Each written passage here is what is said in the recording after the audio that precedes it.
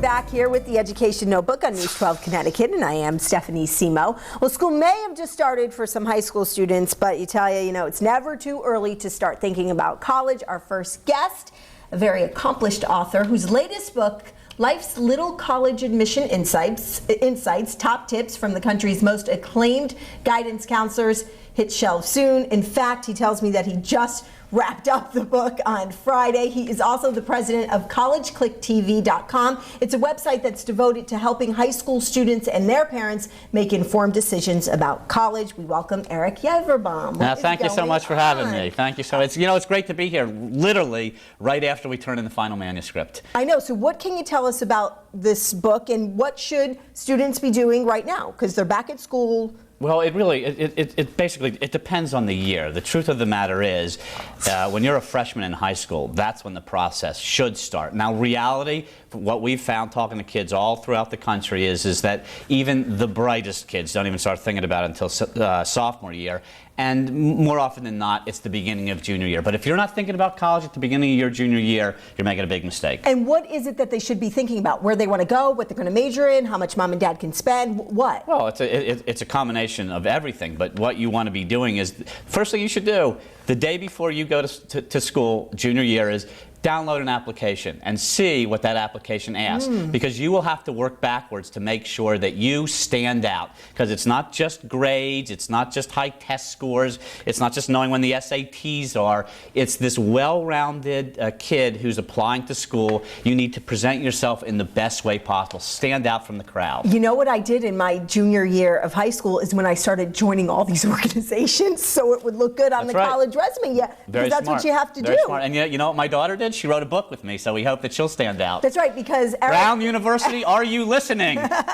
Because Eric's daughter and Eric, your daughter teamed up with you, and she's how old? She's 17. She's going into her senior year of high school right now. So she teams up with Dad to write a book. Yes. Which has to look amazing on a college resume. Well, you know what?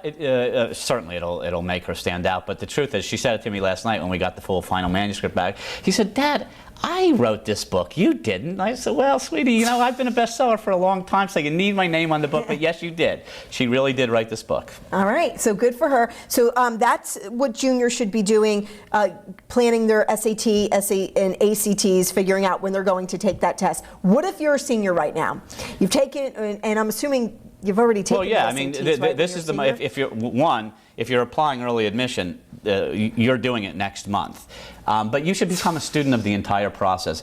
You know, I'm a big advocate of the partnership between parent and child. Do it together. Go through the process together. They can get some insights and some wisdom from you. You should bite your lip and let them choose the place that's best for them. Okay. And let's talk about this, because you said grades are important, but they want a well-rounded individual. Yeah.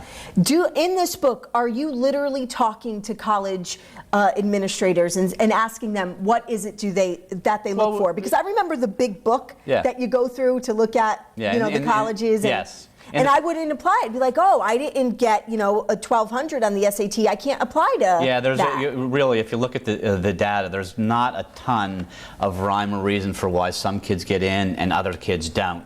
Apply to the schools that you should have a strategy. Pick 3 schools that, might be a little bit of a reach. Pick 3 schools that your grades and your scores will get you into, and then you pick 3 safety schools to make sure that you do have, a fallback plan. But you really have to know that there's so many variables that go into it, and the little secret formula that goes on behind closed doors at universities, there is no secret formula. Every university is different. And tell us, what are some of the tips that you give in there that will make people want to buy this book? Well, one is you need to show the university, if you really want to go there, that you're interested. And in the book, do you show what to do to make them see that you're interested? This is what we did in the book. We interviewed 1,000 guidance advisors who do this for a living, who counsel kids on how to go, to choose, and to apply to colleges. And we asked them the same 5 or 6 questions, and we drew out the best tips from each of them. So you get a really well-rounded advice from all those counselors.